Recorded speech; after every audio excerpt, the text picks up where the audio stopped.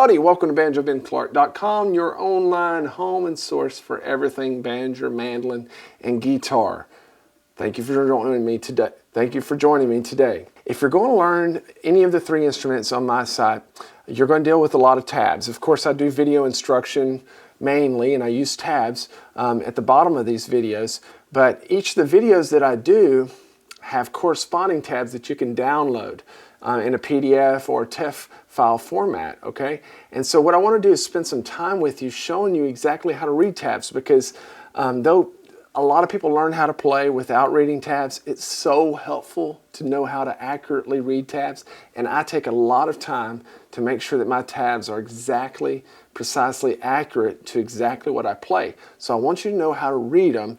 And plus, you're going to get a lot of theory in this lesson, because we're going to cover not only where to put your fingers with your left hand, but we're going to learn all about whole notes and half notes and eighth notes and rests and timing and counting and all that. So get ready for this lesson. It's about a 40-minute video lesson. If you're watching this on Facebook and YouTube, here in a little while I'll ask you to jump over to BanjoBenClark.com where you can see this full video lesson and download the PDF or the TIFF file of this exercise we have, where we're going to learn exactly how to read tab. Even those of you who have been playing for a while, you may need to brush up on your counting, okay? We're going to spend a lot of time on exactly how to count. It's so important. Timing is everything. When you're going to learn how to read mandolin tabs, there's a couple things we need to know. First, we need to know about our strings and what note names they are. And then we need to know how the tabs tell us where to put our fingers on those strings. And then, of course, probably the most important thing is to know how to count and what kind of different notes there are. So we're going to spend time on all three of those and working them in and intertwining them to get you very proficient and efficient at reading tab. The first thing I want to introduce you to are the strings of the mandolin. The mandolin, yes, technically it has 8 strings, but really there's just 4 different notes, because each string is doubled. So we have 2 strings that are run close together that are tuned the exact same. And as you can see on the tab there in measure 1, the very bottom string is a G string. And a lot of people at first, when they start reading tab, they say it's backwards. It seems like that it should be flipped around, because that very bottom line on the tab is what some people would consider the top string of the mandolin. And that's not the case at all. And it'll just take you a little while to get used to that. But an easy way to remember when reading tab is that the higher the notes go on the staff of the tab that you're reading, then the higher they go in pitch. Okay? And you'll get used to that. But the first string that we have there in measure 1, we have a 0 right there on G. And 0 just means that it's an open note. That means we're playing 0 frets. Okay? So we're just going to play it open, and that's a G string. And I also will refer to that sometimes as our 4th string. Okay? Because I'm counting from our highest string down. So 1, 2, 3, 4. That second note there in measure 1 is a D string, or you can call that your 3rd string. And we're just going to play it open. Sounds like that. Okay. Measure 2, we've got a 0 there on our A string, or our 2nd string. Okay. And then the second note there in measure 2, we got a 0 on our 1st string, which is our E string. Okay, and then measures 3 and 4, I'm just showing coming back down. Okay.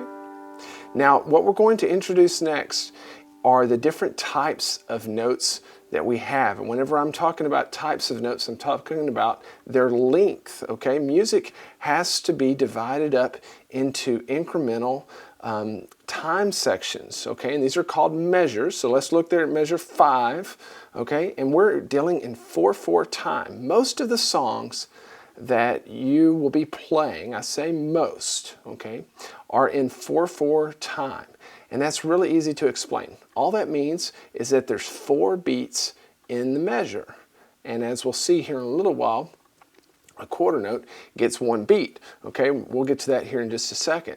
But just remember that in each one of these blocks, you've got measure 5, 6, 7, and 8. There's 4 beats in each one of those measures, and there can only be 4 beats. It can't change unless there's some kind of special notation there, which there's not. Okay, so I want to cover the longest note that we have first, and that is called a whole note, as you can see there in measure 5. And a whole note gets, guess what? 4 beats. They call it that, a whole note, because it takes up the whole measure. Now you can tell that it's a whole note on the tab there in measure 5 because the number sits there all by itself. It doesn't have a stem, okay, running up to it like we see on the notes in measure 6, right?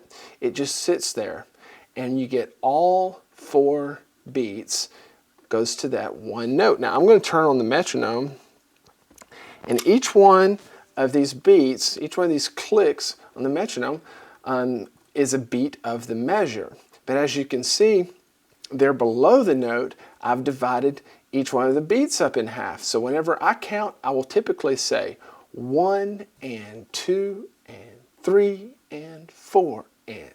But the beat is just going to happen on the 1, 2, 3, and 4. Okay, but I'm still going to count it with the and. One other thing, I'm piling a lot on you here at the very beginning, but one other thing is our pick direction. Okay, you see that little arrow, the little black arrow there in measure 5 beneath the note? That's a down arrow, and that means that my right hand, I'm going to pick it going down. Okay, the whole note is on the D string. Okay, and we're going to pick it going down, and it's going to get how many beats? 4. So let's start the metronome.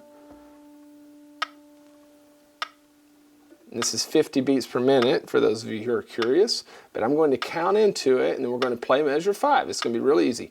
1 and 2 and 3 and ready, go.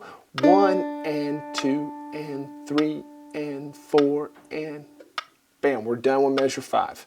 Done with measure 5, okay? That was a whole note. It got 4 beats. It took up that whole measure.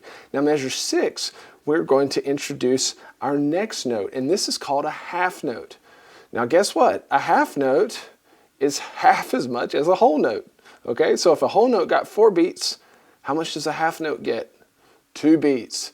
That's right. So if a measure takes 4 beats to fill it up, and a half note only has 2 beats, how many half notes will we need to fill a full measure? We'd need 2 of them because they get 2 beats apiece. And that's what we see there in measure 6.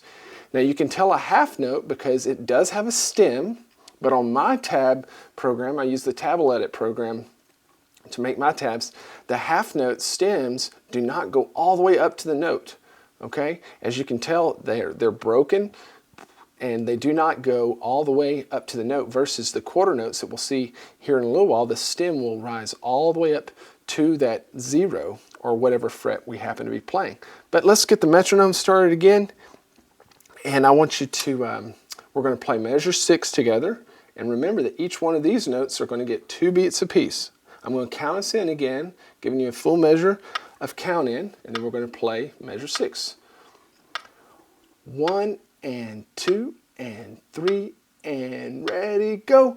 1 and 2 and 3 and 4 and. Good. Good. That's simple enough, huh? So we've got a whole note and we've got a half note. Let's try playing measures 5 and 6 together. Think we can do that? I bet we can. 1 and 2 and measure 5, ready, go. 1 and 2 and 3 and 4 and 1 and 2 and 3 and 4 and. Good job. Now, one thing that we need to cover are rests, okay? Because not only do we have notes, but we have rests. And all that rests are designations in music that tell you that there's nothing being played. It would be really boring after a while if there was constant notes going on.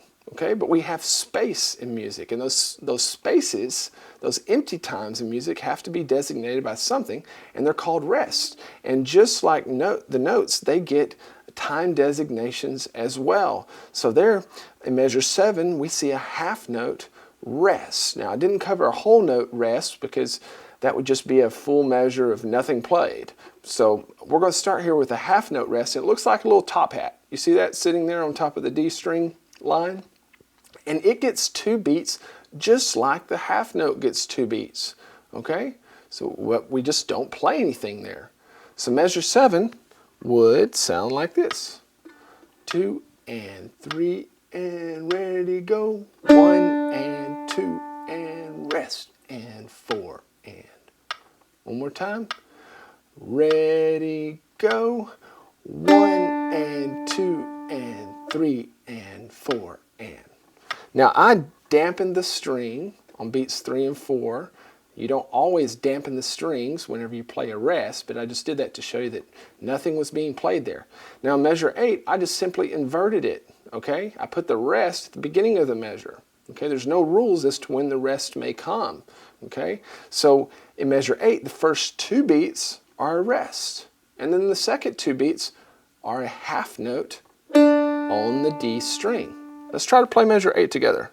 1 and 2 and 3 and ready, go. 1 and 2 and 3 and 4 and. See how that worked? We rested on the first 2 beats of the measure and then we played a half note on the second 2 beats of the measure. Let's try measure 7 and 8 together. Okay, can we do that? Here we go. 1 and 2 and 3 and ready, go. 1 and 2 and 3 and 4 and 1 and 2 and 3 and 4 and. Good job, good job. Now let's check out measure 9 there and let's get into some quarter notes because things are going to begin to speed up. We're going to do quarter notes and eighth notes, talk about the rest, and then we need to talk about adding frets so that we can read the tabs.